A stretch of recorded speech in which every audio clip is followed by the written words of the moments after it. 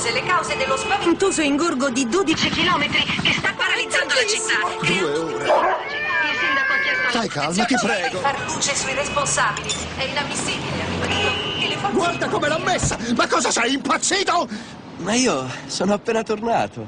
Ah, è appena tornato!